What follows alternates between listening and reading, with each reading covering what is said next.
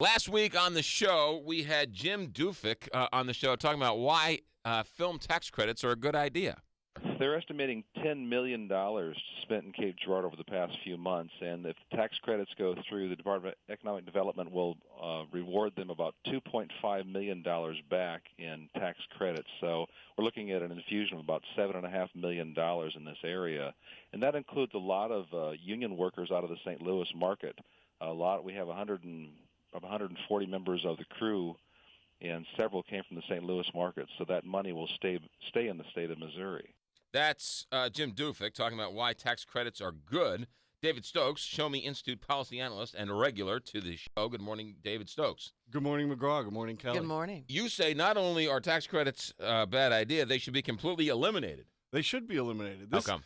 This is the low-hanging fruit of corporate welfare in the state of Missouri. If you love corporate welfare, then sure, let's have a tax credit for movies to film here. Let's bring in bands with a tax credit for rock concerts. There's no end to this argument where he says we spent $2.5 million, but we brought in $10 million, so wow, we're up $7.5 million. There's no stopping that argument. You might as well repeat it forever. We just put all of our money into film tax credits or TIFs for Walmart. Government just spends to incentive, and we'll all be Kuwait because that's how it works. They think of it as free money, and it's infuriating. Okay, so you have done research on the movie Up in the Air. We had a staffer who was writing a paper on the Up in the Air film tax credits. And okay, and what happened? She left, so we never published it, but we have the data. Okay, and?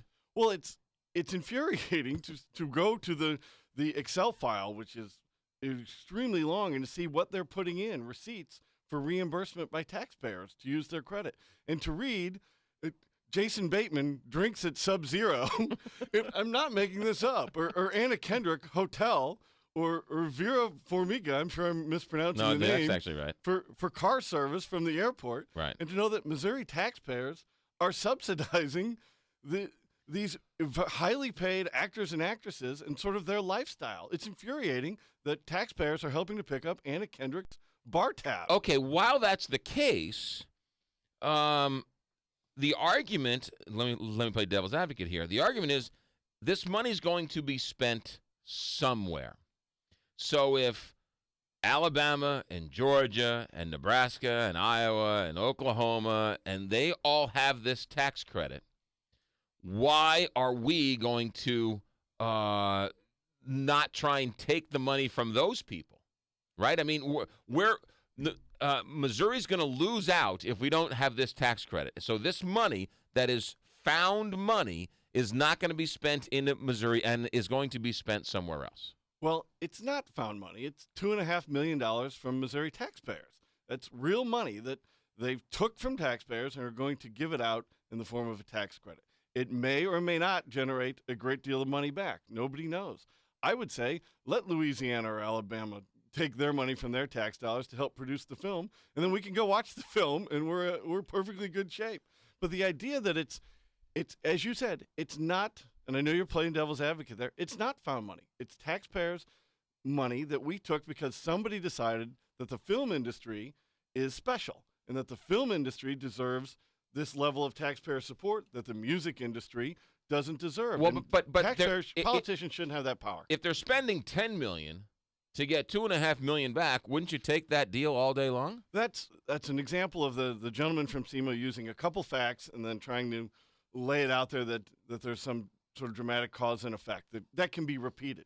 It might work in Cape Girardeau here, but I've seen the documents from the Film Tax Credit Commission where they try to argue the multiplier effect of the film tax credit. Mm-hmm. And these are insane. These are numbers that they're using that no economist would ever sign their name to. For 1 year, they claimed a multiplier effect of 53 times. For every dollar invested in the film tax credit, you generated $53 in the economy.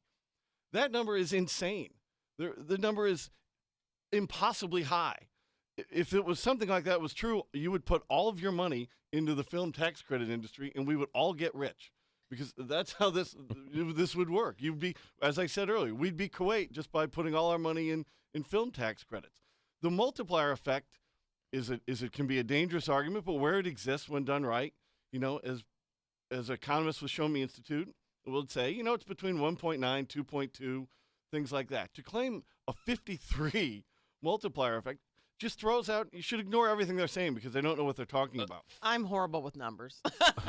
So all of this is coming at me like, oh my gosh, 53%, 2.5. No, not 53%. 53 times. Okay, 53 times. But the thing is, it's putting Missouri on the map also. It's not just the money, but there have been a lot of movies shot not only in St. Louis, but in Missouri.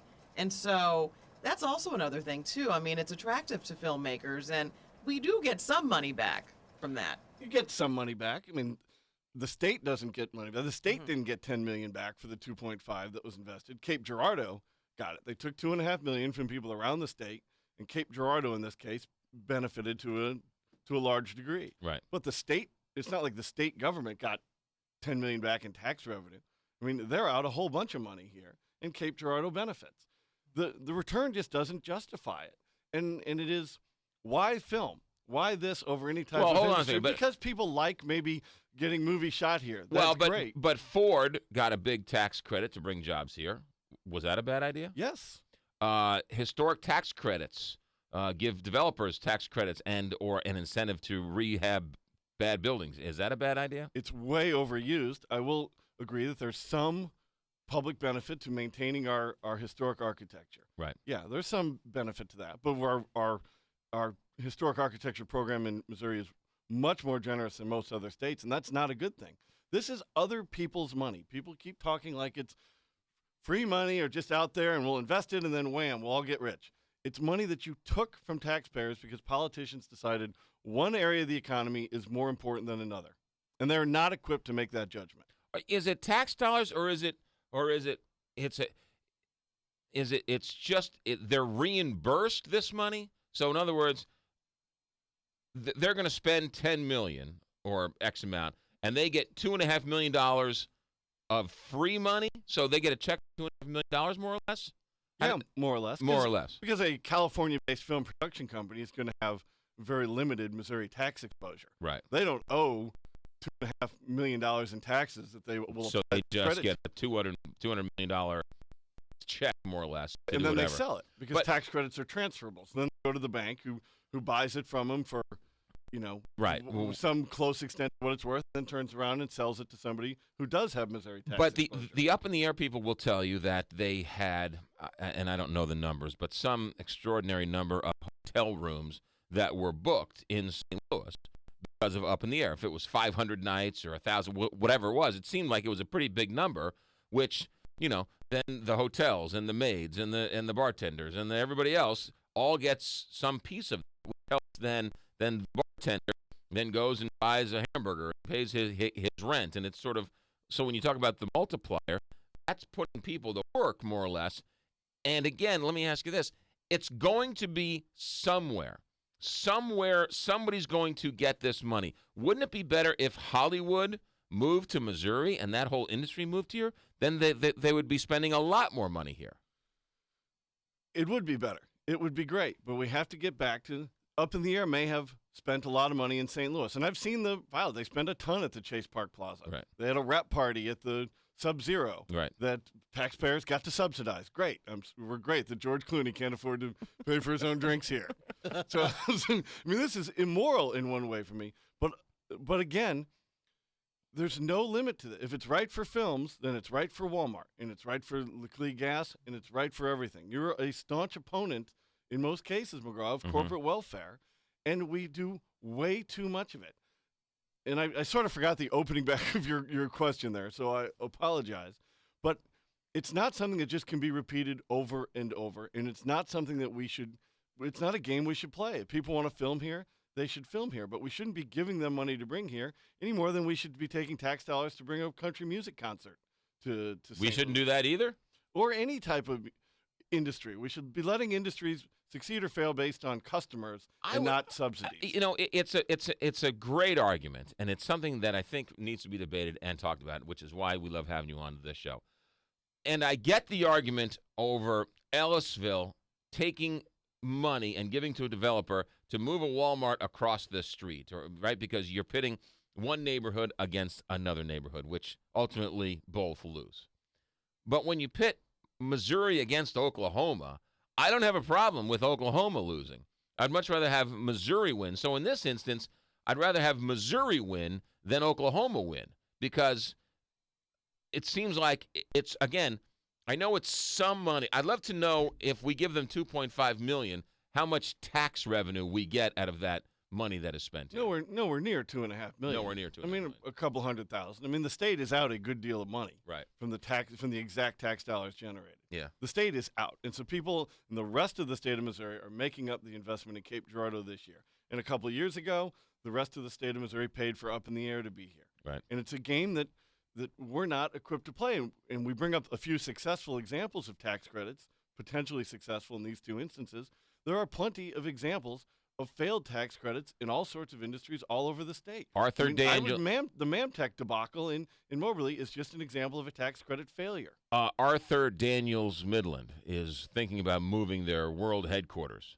Would it be wise for Missouri to offer them a bunch of tax credits to move to Missouri? No. He puts his money where his mouth is. But it brings in more jobs. But it kills jobs by taking tax dollars away from people in business in the first place. And you never know how that money's going to be spent. This is economists or politicians and bureaucrats love to be the central planner. Like they'll take your money, give it to Arthur Daniels Midland, and they'll create these jobs. What they have no ability to know and never will know is what would have happened if that money hadn't been taken from taxpayers in the first place, and people would have spent it on the things they actually want to spend it on, and not what the bureaucrat or the politician tells them they have to spend it on. Even though Illinois is going to make them a big, huge deal, give them a whole bunch of tax credits, they're going to go to Illinois.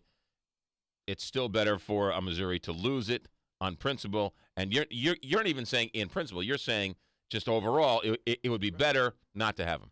Right. It'd be better not to generate that money because there are certain success stories in this. There are ones that work, and those are the ones that the believers in central planning will always talk about. But there's many small ones that fail.